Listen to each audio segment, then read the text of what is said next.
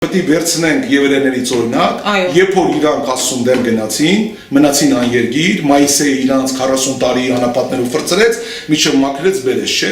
Հիմա մենք պետք է եթանք ինքնամաքրման, մենք այնքան ենք կեղտոտվել, այնքան մենք զտվենք, ինքնամաքրվենք, եթանք արդարության ճանապարհով եւ պետք է ջահելության եւ մեծերի բոլորի հետ աշխատանք տանենք, որ ցույց տանք, որն է մեր իսկական ճանապարհը։ Մարդիկ շփոթվածվել, իրանք էլ մեղավոր չեն, մարդիկ հիմա տեսեք, գալիս ընտրության օրը տանում են նորից փողեր են տալի, խելքները լվում են, նորից խափում են, նորից այս մարդիկ խափտվում են, 5 տարի նորից լացում են։ Դրա համար հիմա պետք է փողով չկարողանան առնել,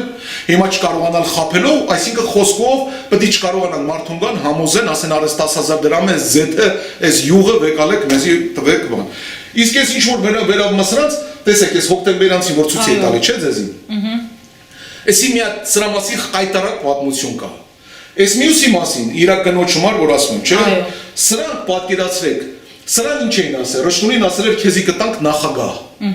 Էսի ես իրեքի մեջի մտում դրանց կառավարիչներ, դեսի գլխավորներ, բայց դիշովկա է, էլի սրանք ինչ ասում են այդ անում։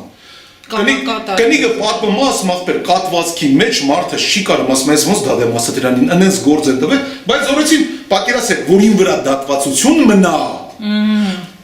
Դե 50 տարեկան տղա եմ ելը կյանքում ոչ մի հատ շտրախ չունեմ։ Այս մարդիկ, որ իմ անունը կեղտոտեն, որ իմ անունը, տեսեք 2018 թվից, ին վրա ժուրնալները գրում են պարբերաբար։ Ես Միքայել Մինասյանին ասում եմ, Միքայել, կարես ինձ ասես, քո ժուրնալները իմ մասին խենդ ես բաներ գրում։ Ասում Արտուր ջան, պրոստը քո անձը հետաքրքիր է շատ են կարդում։ Դե մեկ վերենկալում գրում են։ Ասում եմ, թող գրեն, որ ես ասենք Հռոմում բացեցի թանգարանը, բանի Փարաջանովի, խին այդպես բաներ, ասում եմ կրիմինալի բաները ավելի լավ են նայում, էլի Արտուր ջան։ Ասում եմ ամոթա վերջացրեք, էլի։ Ցեղասպանության թանգարանին հասցվեցին փաստաթղթեր։ Ասում եմ բաներ,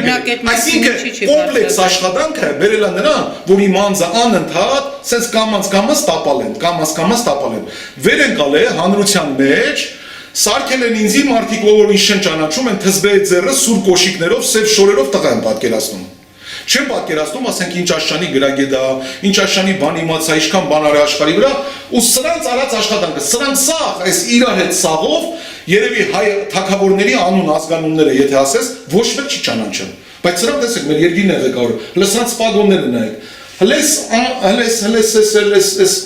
Տենը մեկ հələ ինչքան որ ուշադիր նայեք սրանց հարդարանքը որ նայեք, կհասկանաք սրա հարդարանքը նայեք, սրանք